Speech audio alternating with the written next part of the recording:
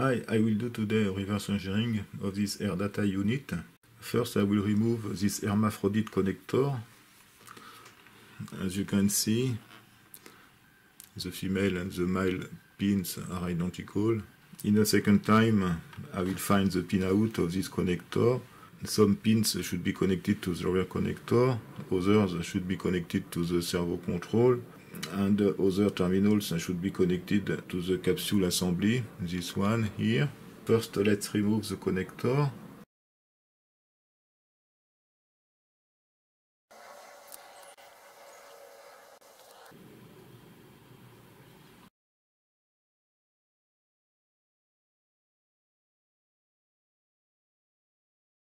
This is the altitude board normally.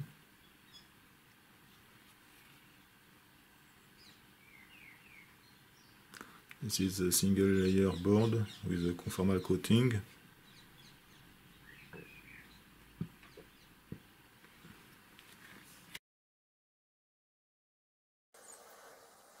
And this is the altitude board.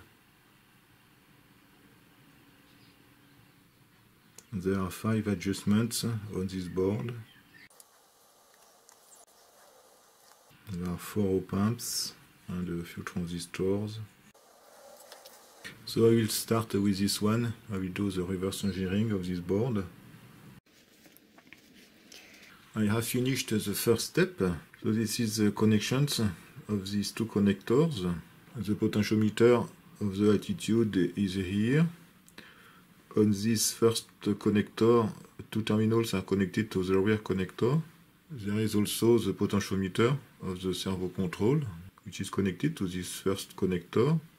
The motor is connected to the second connector here. There is a control winding of the AC motor here. It's connected between terminals 10 and 11. And there is a reference winding with these 2 capacitors. The reference winding is connected to terminals 18 and 19, and the other terminals are connected to the rear connector. So now it could be possible to do easily the reverse engineering. This kind of schematic helps to do the reverse engineering. This is the complete schematic of this board. So as I suspected, the servo control permits the measurement of the variation of altitude. The servo control is here, the motor, the reduction gears, and the feedback potentiometer here. The potentiometer of the capsule itself is here. Potentiometer is supplied with this voltage reference, which is provided by this reference voltage diode, a classic 1N825A of 6.2 volts. The current flowing into this reference voltage diode is constant. It is a classic system, so the current is provided by the output reference itself. But we must be careful because doing this kind of circuit, there are 2 stable voltages. One is effectively when the voltage is positive, there is a reference voltage, but there is another stable point which is 0 volt. If we have 0 volt at the output, we have 0 volt also at the input here, so this is another stable condition. So in order to avoid this situation, generally there is a resistor which is placed between this inner diode and the power supply in order to avoid this 0 volt condition. In that case, this introduces some noise on the reference voltage and this decreases the stability also. On that circuit there is something different. As we can see, all op-amps are supplied with a negative and positive power supply, except this one. The negative power supply is connected to the ground, so this permits to have a positive voltage at this output, and this avoids the 0 volt stable point at this output here. So on the wiper of this potentiometer, there is a voltage which depends on the altitude. This voltage is fed to this op-amp. On the inverted input, there is also this resistor and this buffer. As you can see, this voltage is the feedback voltage of the servo control loop. So the output here is actually an error voltage. This DC error voltage is converted into an AC voltage using this transistor. This is the classic BC107. The base of this transistor is supplied with a signal which comes from one secondary of the transformer. Then the AC voltage is amplified using this amplifier and fed to this buffer which drives the motor. As you can see, there is a relay which permits to set this voltage to the ground, and in that case the motor stops. When the relay is not energized, like in the schematic, the servo control loop is activated and the motor will run in one direction or in another one in order to have 0 volt at this point. This point is connected also to the rear connector, pin 9, which is actually the output of this thing. When the relay is closed, this voltage remains constant, and at the output there will be a voltage which depends on the variation of altitude. So if there is a change of the altitude, then the voltage will be positive or negative. So this permits only a measurement of the variation of altitude. This is why actually there is a dual potentiometer. So one is connected here in order to have the measurement of the variation of altitude. And the second potentiometer is connected to the second board, this one. And I think that on this board there is a buffer which permits to have also a measurement of the absolute altitude. So now it should be possible to test this thing. This is the setup for the measurements of the variation altitude measurement. I have connected a power supply. Actually it is 115 volts AC across this winding.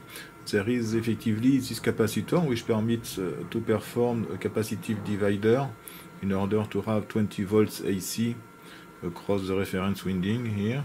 I have connected a power supply in order to activate this relay. So there is a switch which permits to energize the relay. I have connected the pressure input to a vacuum pump, which is this one. I have removed also the servo control assembly. This permits to know if the servo control is activated or not. Currently the power supply is on and the switch here is on that position, that is to say that the servo control works. I am going to reduce the static pressure in order to simulate a climb. The DMM here shows the voltage at this output here.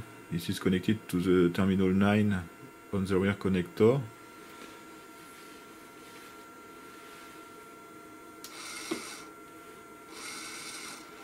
So as you can see, the voltage at this output is 0, that is to say that the servo control works, except during an altitude change, of course. And you can see also the activation of the servo control.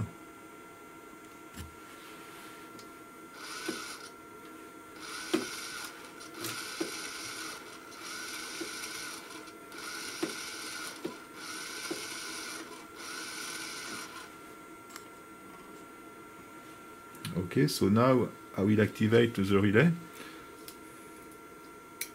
The relay is energized, that is to say that the motor now cannot rotate anymore. The input of this buffer is connected to ground through this contact here. And now if I change the pressure, you will see an evolution of this voltage. Okay, so this is very sensitive. So this permits a sensitive measurement around a hold altitude. I will activate the servo control again. Okay, so this permits to reset the value here. Now the loop is open. I can change the static pressure also using this knob.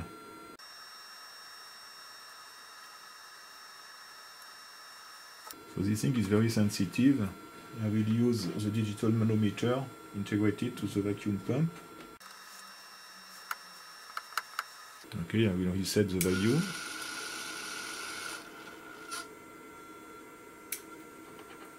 So the pressure is minus 155 millibars. So I will change the pressure in order to have here 10 volts.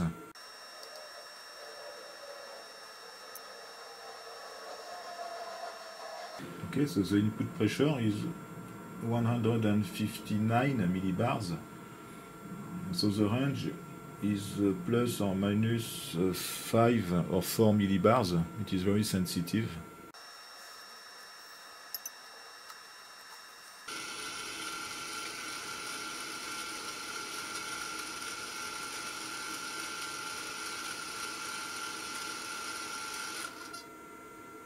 Okay. That's all for the test of this device. It was interesting to see this servo control, which permits to perform only a subtraction, so it is equivalent to a line of code today. In the past, it was the only solution to memorize the value using a servo control.